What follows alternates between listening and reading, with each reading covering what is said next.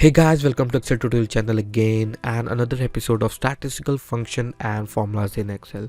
So we are going to learn weighted average in this video. So you are going to learn so much in this video and cover so much topics. So if you haven't subscribed to the channel, please do it because you are going to learn so much about Excel in detail in upcoming days, months and years.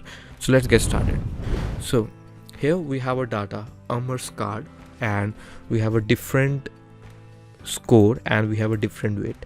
So you must be wondering what is weighted average, right? So weighted average is a calculation that takes into account various degrees of importance of the numbers in a data set. Okay, I know this may sound confusing. Suppose we have here Amherst card, which is Viva, pre and final, and to assess Amherst average we have a different weight to the scores. So what are this weight? Weight is actually implies the importance of this score. So here we have a Viva, which is importance is 60 to 60 because we have a 1 here and we have a score of 60. So it just implies it has the 100% of importance. Okay, and now we have a pre-exam, like you have exam and you have a pre-exam. So what are the importance of pre-exam in Amherst class?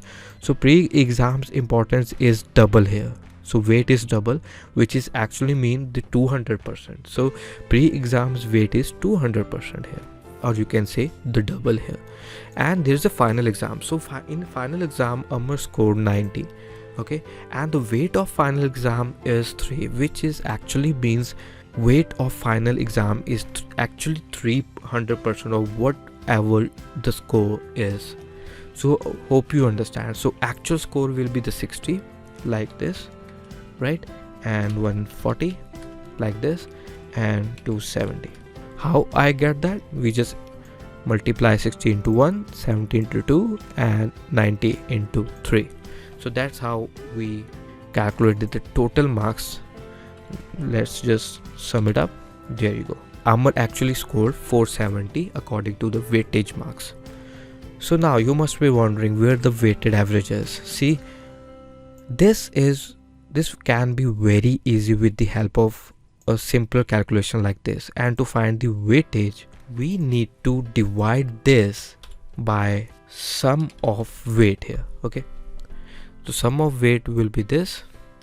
Just divide by that, and there you go. You get the average weighted average here, which is 78.33 here. Let me just enter like this. So what if I tell you can perform same calculation with the different method without going into this particular step? Okay, or I can say there's a shorter version to calculate weighted average with the help of SUMPRODUCT function and SUM function. Okay, SUMPRODUCT. What is a SUMPRODUCT? If you haven't watched the SUMPRODUCT video, please do it. I can leave the link in the description box because we have done it in previous year. So I won't get deep into SUMPRODUCT. Let me just say it will calculate the sum of the product which we mentioned in our range. So there is a product means the multiplication, which is 60 into 160. So this is our product calculation here, and this way, and to sum it up we will get the sum product. Okay, and we can just perform calculation of weighted average with the help of SUMPRODUCT. Let's just add using SUMPRODUCT. So what will be the formula is, we just open our formula with the SUMPRODUCT. So just like our formula using sum, so we just add the SUMPRODUCT here. We need to select array 1 and array 2. Okay, so for the array 1 we need to select the scores, which will be our first contender for our product and sum, and for the next array we will just select the weight range here and just close it down. So it will automatically create, or you can say automatically calculate product of this particular values and sum it up with the help of this function. And now divide this sum product by sum of weight here. So that's actually the basic formula of sum weighted average. There you go. Close the parenthesis. So you can cross check, it's the same answer which we have got using sum. So here we have got using SUMPRODUCT.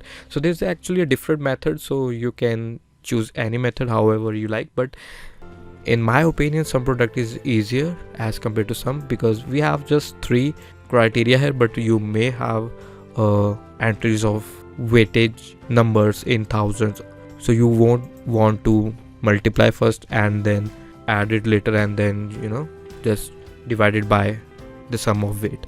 So you can easily use with the help of this particular function.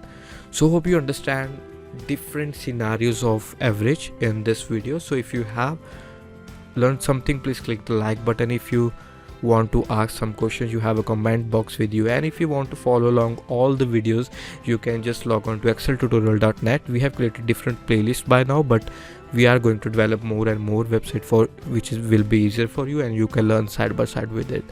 So please do subscribe to this channel and like this video, share this video to your friends. So see you in the next video. Until then, bye bye.